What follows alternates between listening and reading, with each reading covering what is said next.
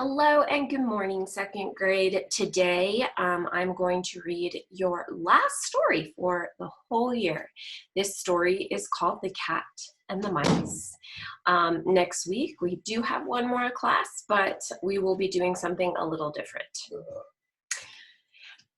And so to begin, The Cat and the Mice.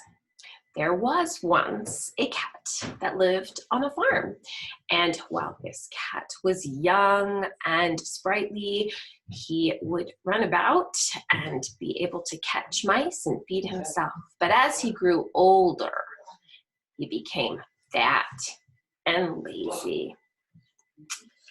And one day, as the cat was sitting around, he made a plan. He called upon all the mice that were living in the barn at the farmhouse. When they gathered in front of her, she put on a humble expression and made a little speech. My dear friends, I am old and coming to the end of my life, so now is the time for me to set my conscience in order. Oh yes, I freely admit it. I have been a very wicked cat. The mice nodded in agreement and then wondered where this was leading. I know that I have brought fear to you all, young and old, and I am deeply ashamed of myself. But from now on, I swear that I will give up hunting mice. The mice did look relieved to hear this. In return, I ask but one favor, said the cat.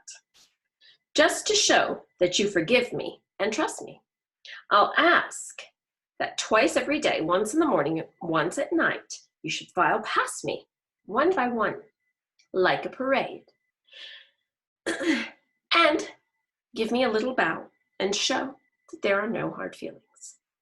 Now, that isn't too much to ask, is it? The mice readily agreed that that was a small price to pay for their safety and peace of mind. So that evening, the cat took up her position on a sack of rice at one end of the barn, and the mice trooped past her, one by one, entering from a crack in one barn wall and leaving by a crack in the other. But it is a great mistake for a mouse to trust a cat. The cunning old creature had decided that she would nod and smile at every mouse as it passed, except for the last, which she would trap in her paw and then gobble up. There are so many of them. No one will notice if a couple disappear every day.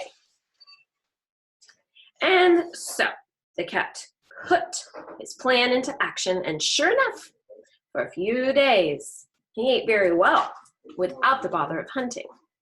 Now among the mice were two friends called Ramby and Amby, who were much brighter than all the other mice, and they soon suspected that something was not right. So they put their heads together and decided that it would be a good thing if Ramby always headed up the procession and Amby always brought up the rear. And then they could keep calling to each other to make sure that everything was in order. That night, just as Ramby had made his deep bow to the cat on her rice sack, he called out in his twittery voice, "Are you there, Brother Amby?"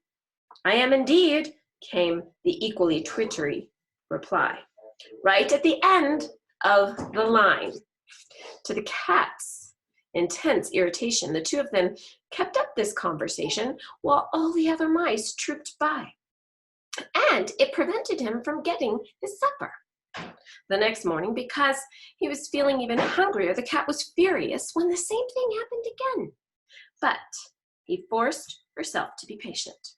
After all, he thought, if they're such good friends, they'll probably march together in the middle of the procession this evening, and perhaps there'll be an especially plump mouse at the end of the line.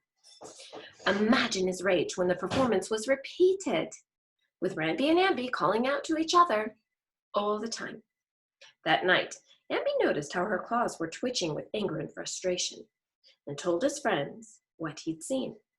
The two of them decided that the time had come to warn the others to be ready for the cat's pounce. Hunger pains were now gnawing at the cat's stomach, and his nerves were on edge, with Ramby and Amby's shrill little voices twittering in his ears, the cat's self-control snapped, and he made a clumsy stab at the nearest mouse. But the mouse was on guard and was off like a flash through the crack in the wall. Guessing now that the cat was in no condition to give a chase, the mice spent the next few days up among the rafters.